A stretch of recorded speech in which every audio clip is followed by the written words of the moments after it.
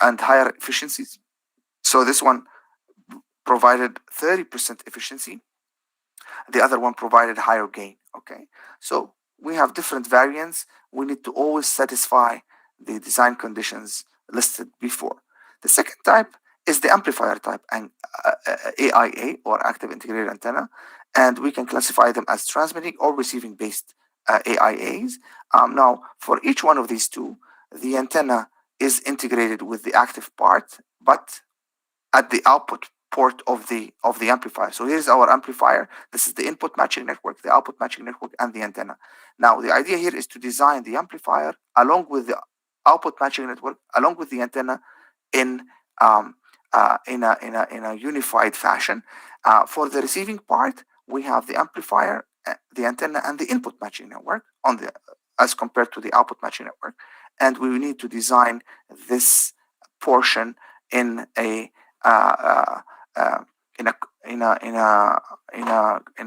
compact way, so that we can minimize the size and improve the efficiency.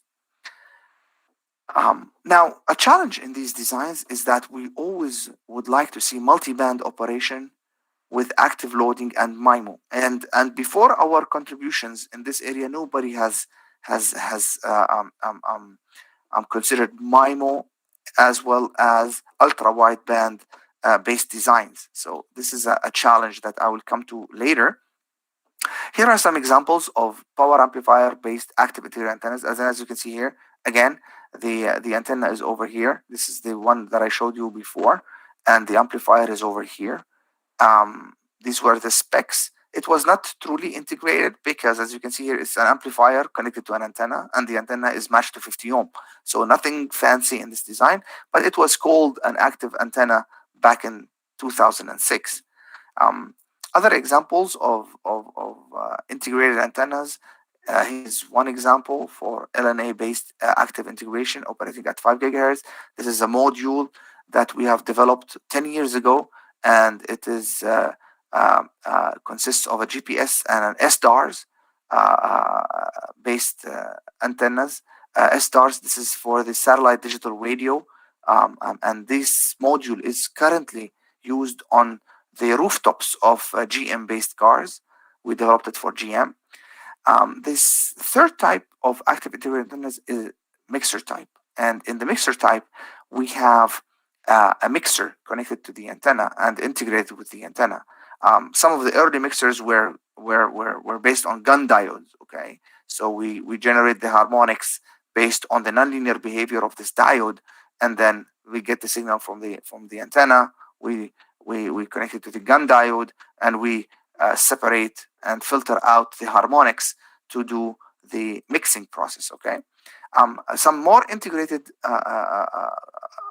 mixer type based AIAs is this chip-based AIA antenna, and as you can see, this is an antenna on chip with about 900 micrometers width and 680 micrometers length, and it was designed for 60 gigahertz based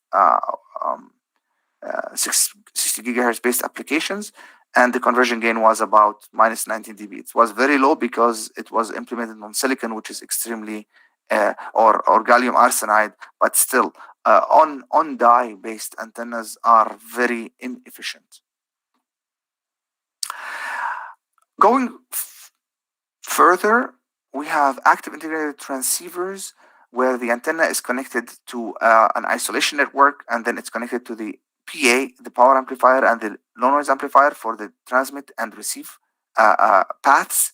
Or we can use a diplexer, which is a frequency separator. It separates the frequency of the uplink from the frequency of the downlink.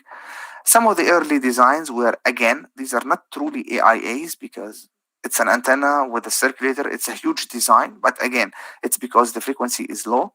Some other works provided a more compact solutions, still operating at sub-6 gigahertz, but the sizes were also large.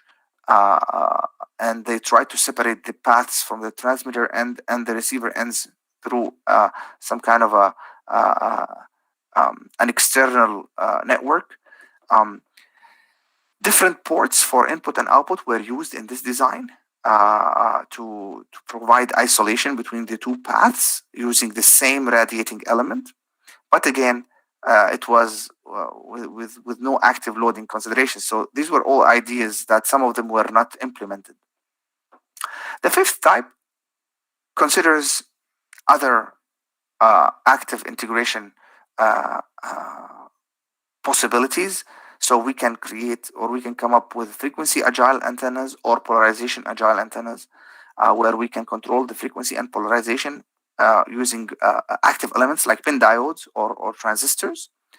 Of course, there are a large collection of examples in literature presenting frequency agile active integrated antennas. Here is one example where we have multiple band operation based on the switching between the shorting pins.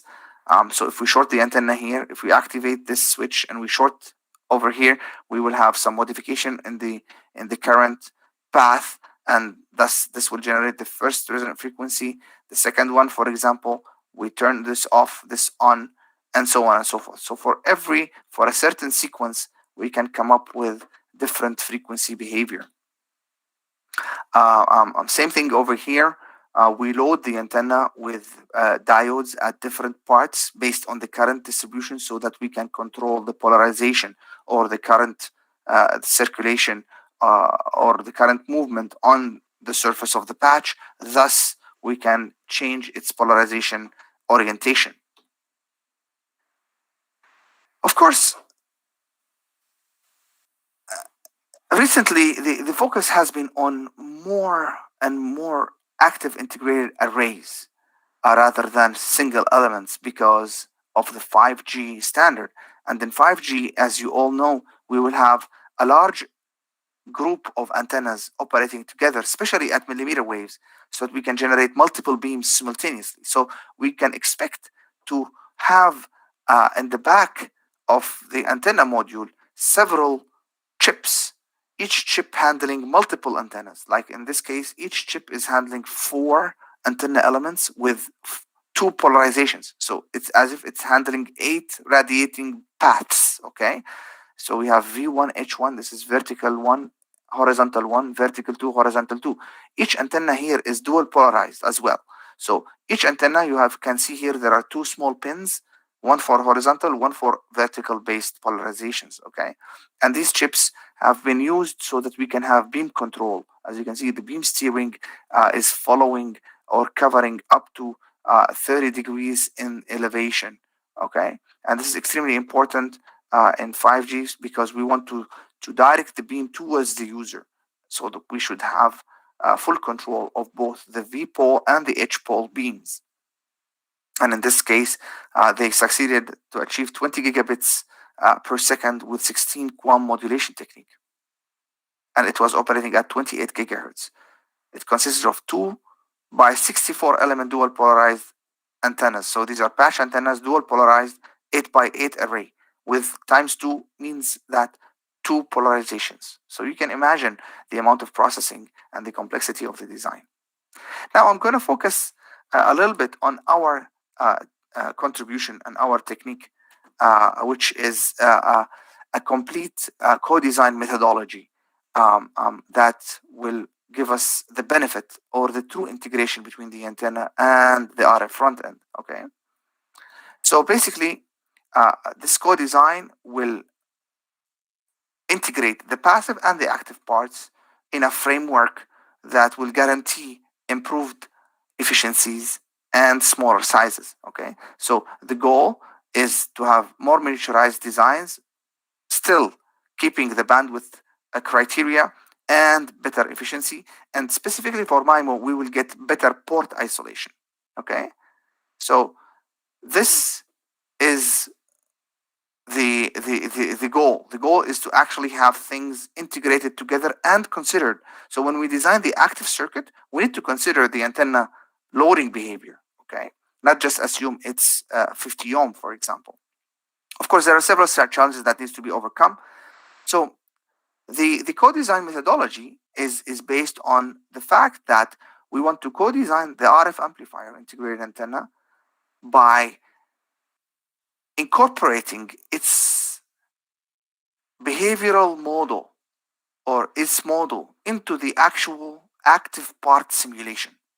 So we will simulate uh, the the antenna in, for example, a full wave package like CST or HFSS, and then we will integrate it into the microwave circuit simulation and modeling so that we can have better control of the various features. Okay, so we need to have the amplifier, which is unmatched. We need to design the matching networks and integrate the antenna all within a single design framework. So no need for the 50 ohm requirement anymore.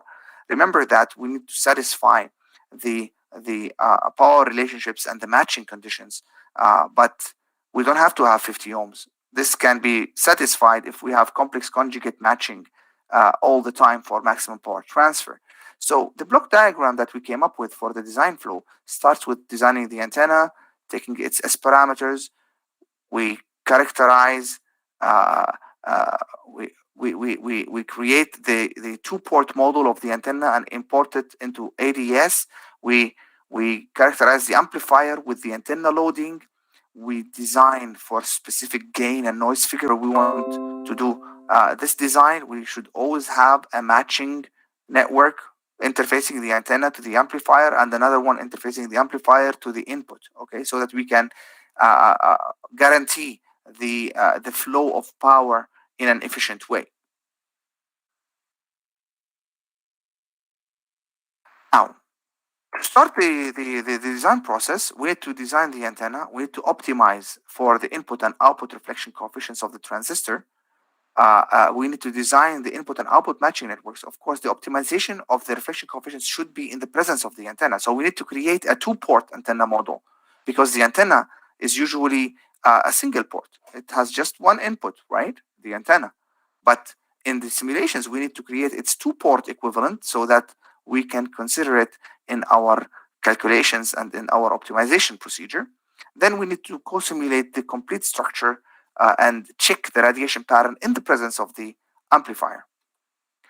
Of course, starting with the two-port model of the antenna modeling, we have clarified all the steps in one of our recent works or 3 years ago, but basically it's very simple.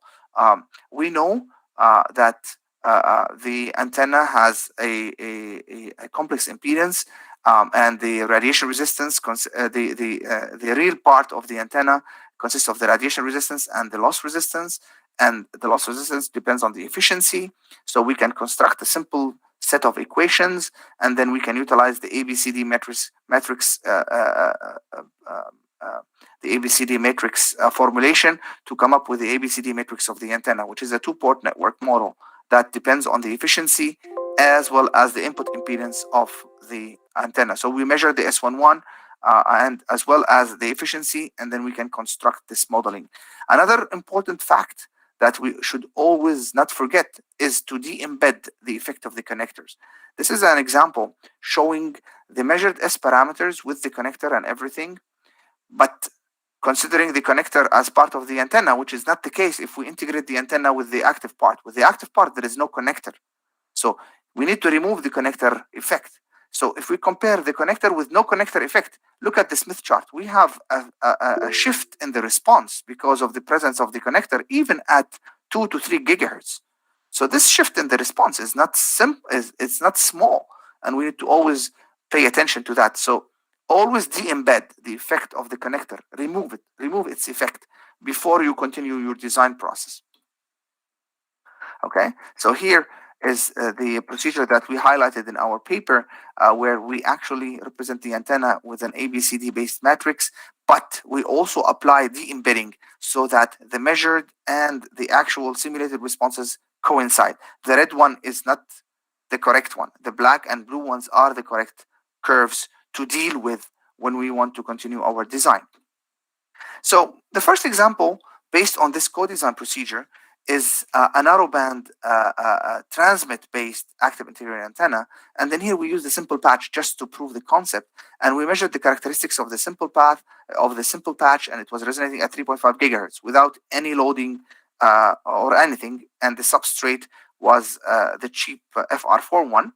Then we designed the amplifier for certain characteristics, and we said that we want to optimize the amplifier at 2.45 gigahertz. Okay, so the amplifier is unconditionally stable between 2 to 3 gigahertz.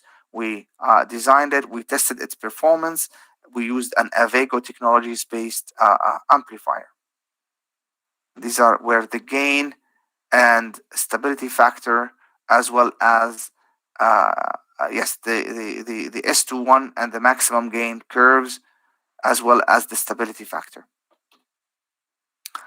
Now, the next step would be loading the amplifier with the matching network, as well as taking into account the two-port antenna model. Okay, so based on the gamma S and gamma out that are calculated, we need to actually make sure that the antenna is embedded within the loading structure, and then we optimize the amplifier based on that.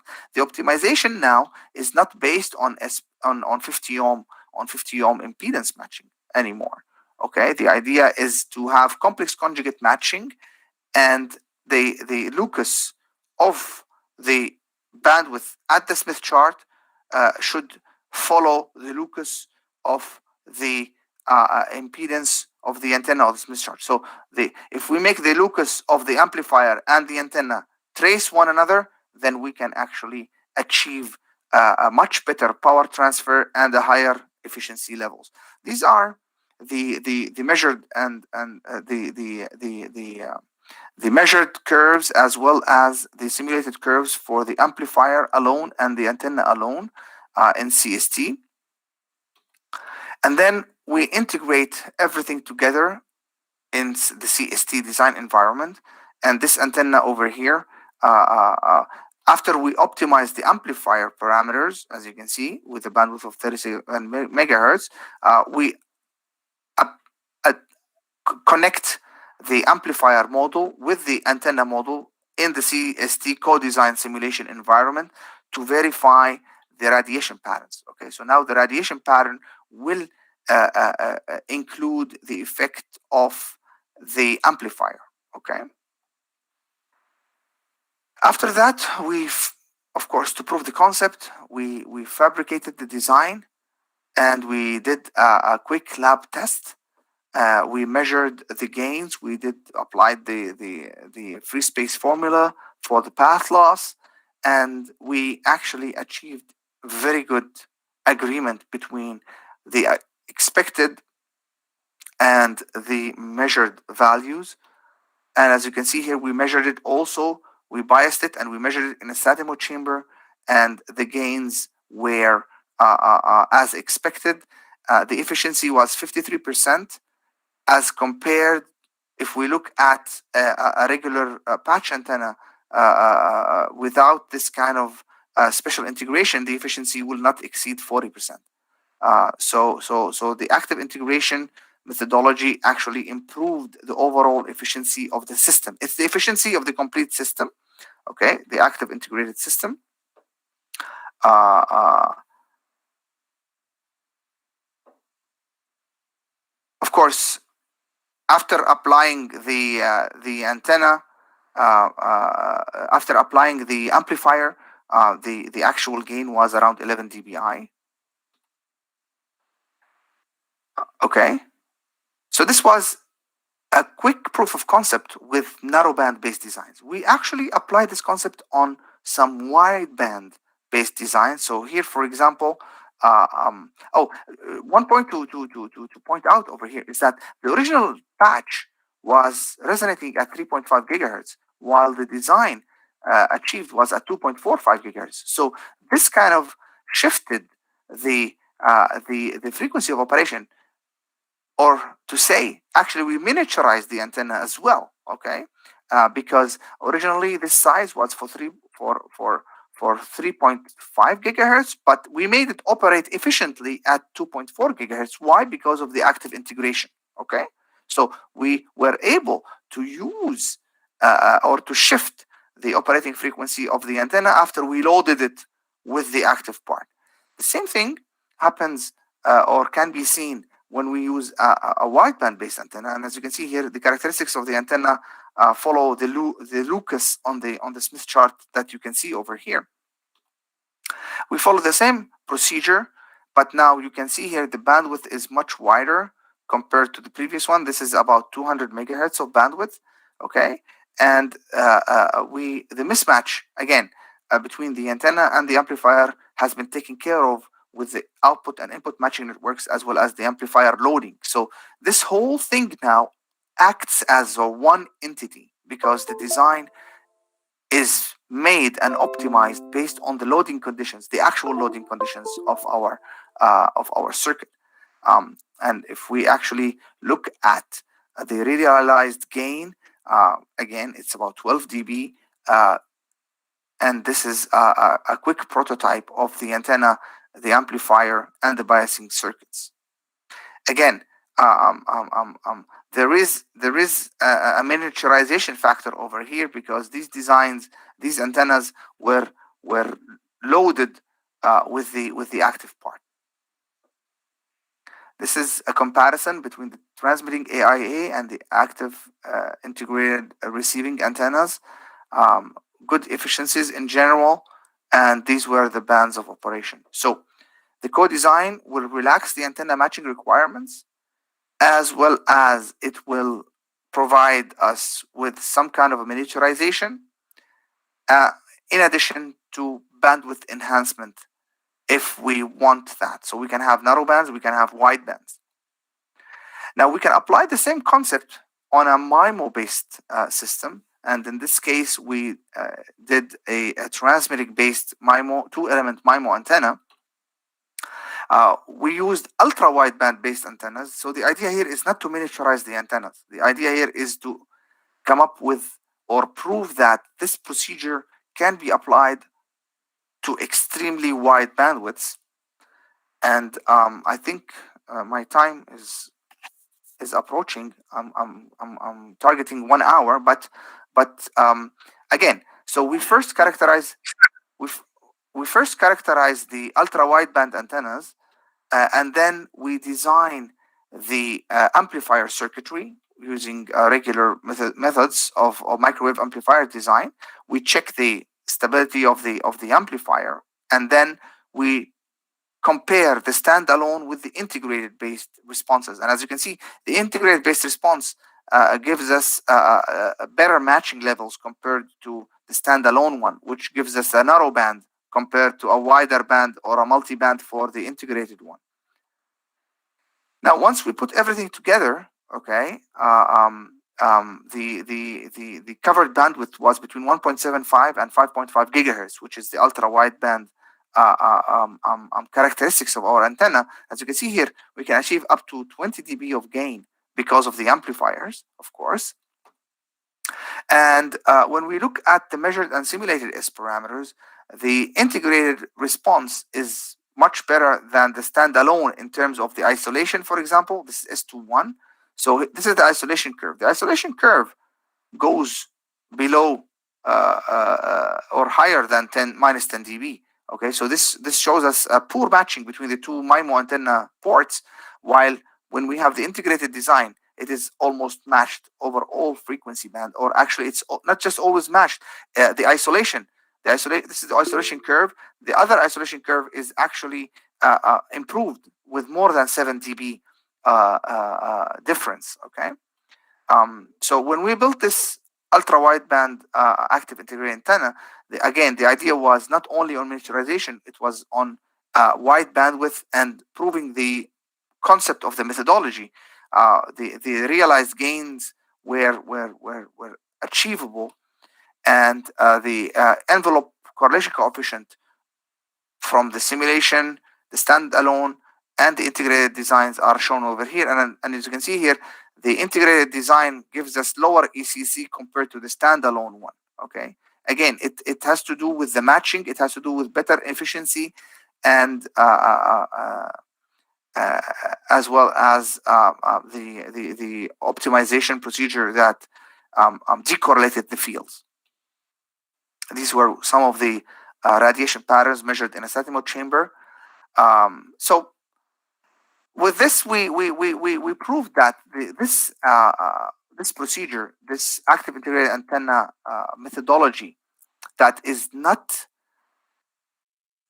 restricted to 50 ohm matching anymore, can be effective in narrowband, wideband, and ultra wideband applications. Now, I just want to give you a heads up on what's going on in 5G and beyond. So basically, as some of you have already heard, that Qualcomm already developed these millimeter wave based 5G antenna arrays, and they are based on an 8-element patch array like this one, with the RFICs at the backside. Each RFIC is handling 4 antennas, and they were able to achieve beam steering of plus minus 45 degrees, as you can see in this top figure. And the ICs also have 8 channels, 2 polarizations for 4 antennas. But one of the major challenges of this design is the narrow bandwidth. It's only providing 800 megahertz of bandwidth. So currently my group is developing a 2 gigahertz based solution for millimeter waves. And why do we, in the very beginning of my presentation, I showed you 3 locations for the antenna arrays for 5G, and that is for a reason, because the hand will block some of these arrays. So if we put them at 3 locations, the percentage of coverage will go from 60% up to 78%, which is important for continuous connectivity. Here are some major players in the market of 5G nowadays. So if you are developing antennas for 5G, pay attention to check your work. Some of the future challenges: this is a 5G radio architecture, and our domain in my group, the Integrated Multi-Application Antenna Group at Polytechnique, we are targeting the front ends, the multi-band sensors, as well as energy scavenging applications. This is the part of the wireless front end that we are focusing on. So some potential challenges, in my point of view, is the integration. We should always look for miniaturized active antennas. On-chip, on-package, and in-package antenna arrays are going to be the key for 5G and beyond. Beamforming, you should always think of beamforming at millimeter waves. Proper testing and characterization. How are you going to handle and verify your designs? It's very critical at higher frequency bands. Which CAD tool to choose?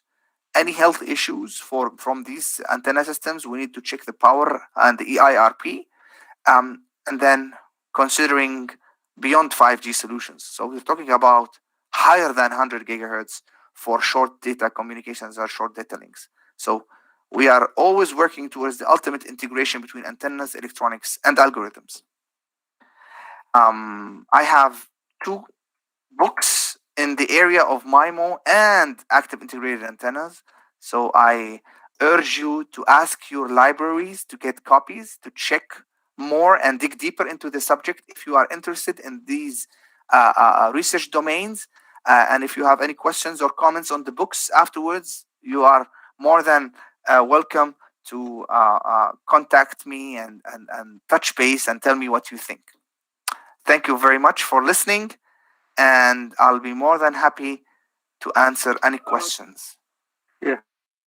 So thank you, sir, for this wonderful and informative session. Almost we have covered the entire, starting from the foundation of active antennas, how it started. Then you have covered the recent developments, and you have touched the 5G antenna development as well.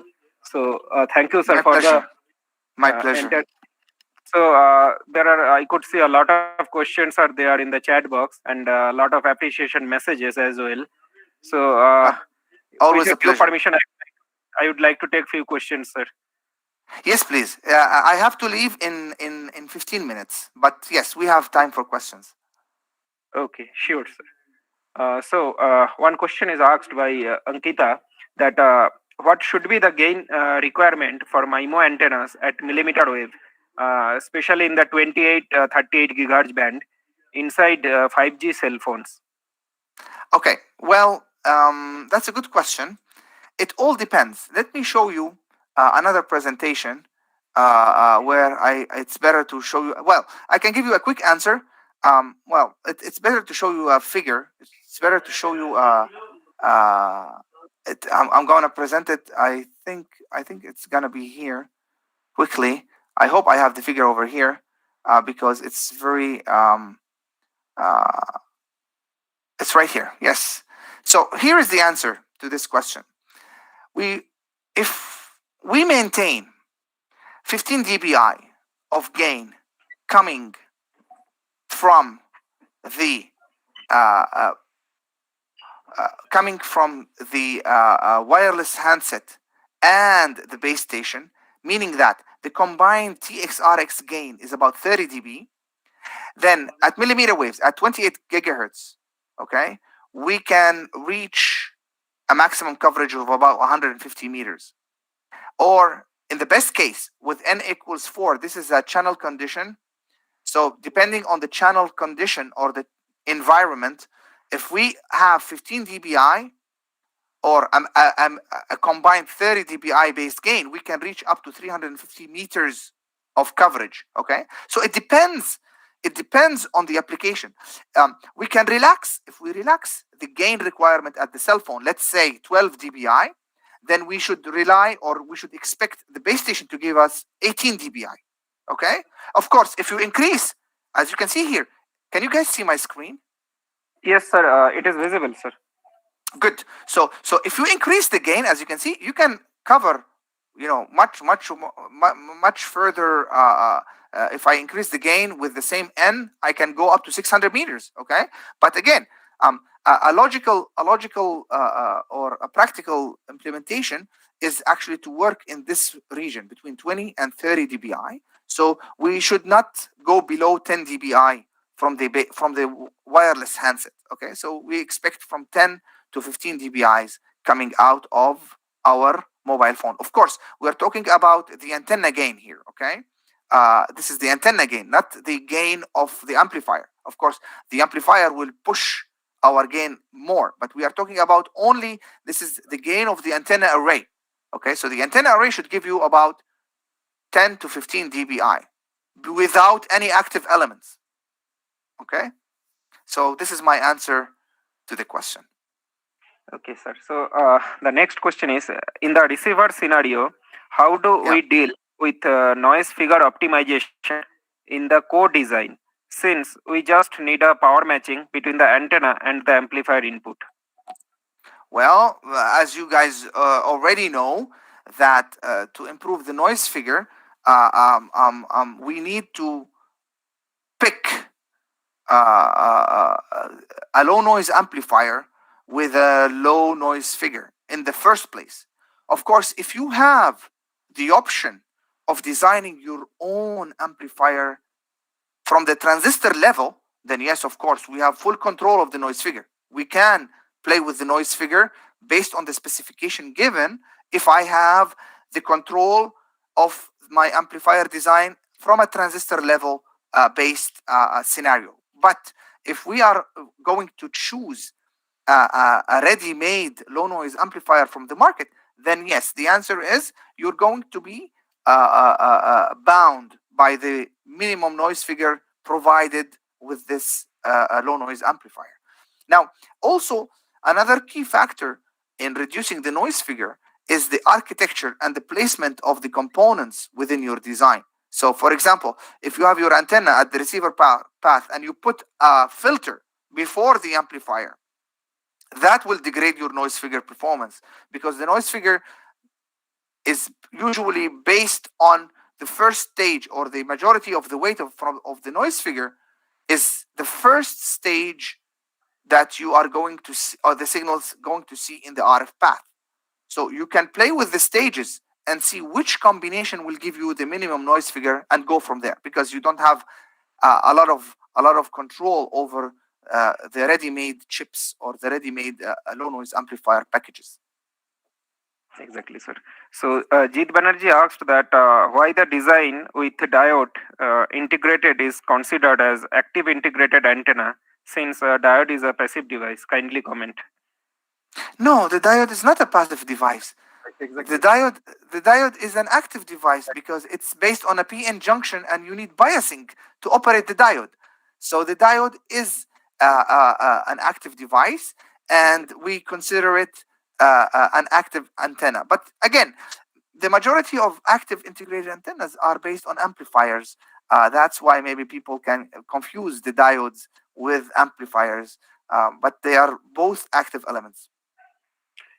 Yeah, thank you, sir. So there are a lot of fundamental queries like what should be the fidelity factor, group delay variation in case of UWB antennas in face-to-face and side-by-side variations. Yeah. Well, again, all of these. I mean, the catch over here, we can analyze for all these parameters. It's not an issue at all. The idea here is to show that we can improve the antenna performance matrices, we can improve the efficiency, and we can remove or relax the matching conditions, okay? And this is the idea behind this methodology. Now, the characterization of an ultra-wideband based system based on group delay, it can be done. Now, how do we link? It's well known. The formulas are over there. They are available, okay? But the challenge over here is that there is an antenna, okay, with some certain characteristics. How can we improve the overall system? It's not just the antenna, because we did not change the antenna. We actually changed the overall system characteristics. If we compare this system with a cascaded based design based on 50 ohm. So that is our reference. So if I have an antenna alone, an amplifier alone, 50 ohm, I connect them together. This connection will not be as efficient if I co-design both of them together. So I can get up to 10% improvement in the efficiency just because we did this active integration, which is simultaneously designing the two parts rather than designing each one as a standalone module. So yes, the answer for this one is yes, we can characterize. There's no specific metric over here because it depends on the application, it depends on the antenna, and it depends on the system performance. So we can analyze and we can verify if our ultra-wideband system satisfies some of the basic group delay or any other requirements. So maybe the last question for this session, Ananna asked that should all the multiple beams have the same gain and bandwidth, or maybe beam width? How much gain considerable is permissible for consecutive patterns? Yes, well, that's a good question. Fundamentally and physically speaking, once you go further away towards the edges of the antenna array, okay, you will have a degradation in the gain pattern of your radiators. If we're talking about patch antennas, this is typical because if you look at the array factor that you can get from this planar array, the gain factor, if you start tilting the beam, you will start reducing or losing some of the gain. So it's coming from basic physics of antenna array theory, okay? The idea is that, yes, we would like to minimize this change so that the beams look almost alike.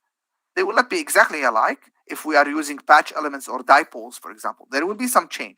Now, if we use other antenna elements, we might be able to have a stable kind of gain pattern or a stable gain radiation covering all the angles. I have seen some recent designs with few dBs difference, which is something that is acceptable. But yes, from fundamental physics, we should expect a degradation if we go to the two edges of the beam tilt. Okay, what is the minimum gain?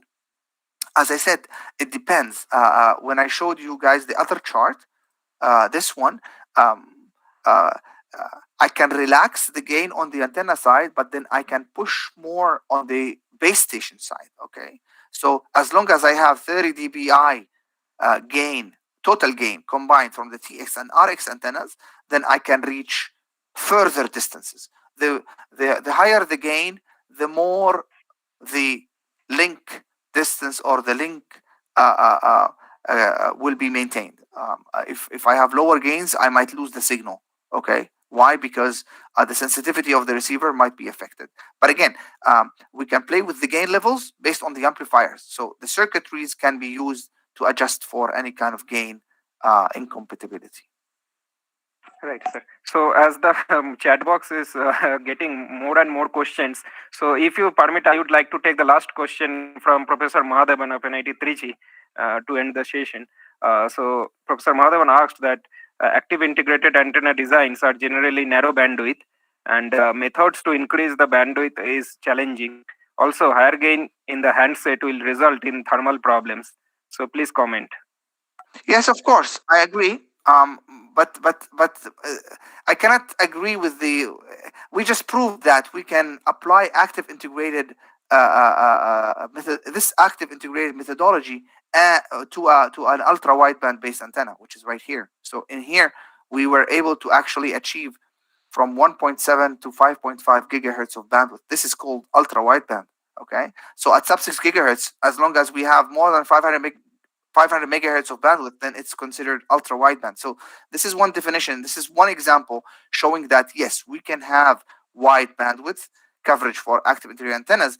In terms of the gain and the heat, yes, of course. But again, when we look at this from a system level perspective, we should satisfy whatever requirements are required by the handset manufacturer. So if we see that, the higher gain, we are trying to have higher gains without having higher heat dissipation from the active parts. But because if the gain is coming from the antenna array, then that gain will not generate that much heat.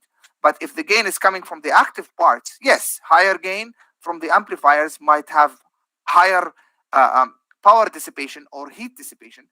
But again, the design of the cell phone includes mechanical engineers that can take this kind of heat and dissipate it in the PCB, dissipated in adjacent components, have some kind of a circulation, a mechanical design that will reduce this kind of heat. Because definitely we don't want our devices to heat up, but at the same time, it has been already proven that we can have these much antenna arrays within our mobile headset without feeling that much heat.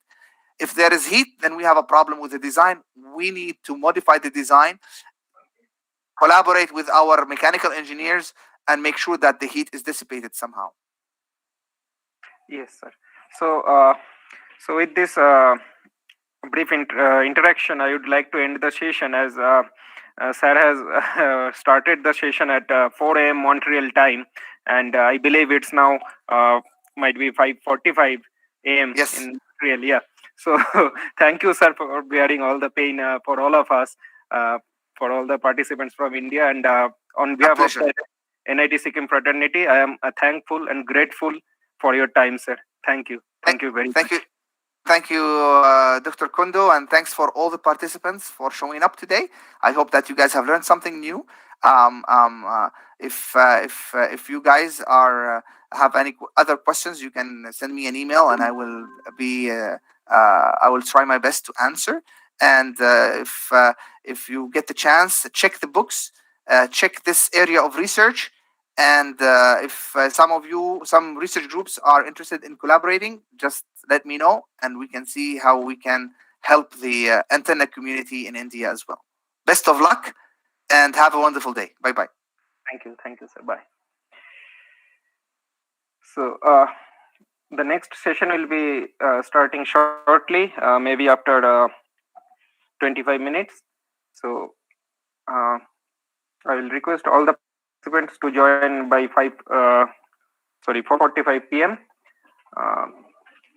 To join the session that will be taken by Professor Devatash Guha.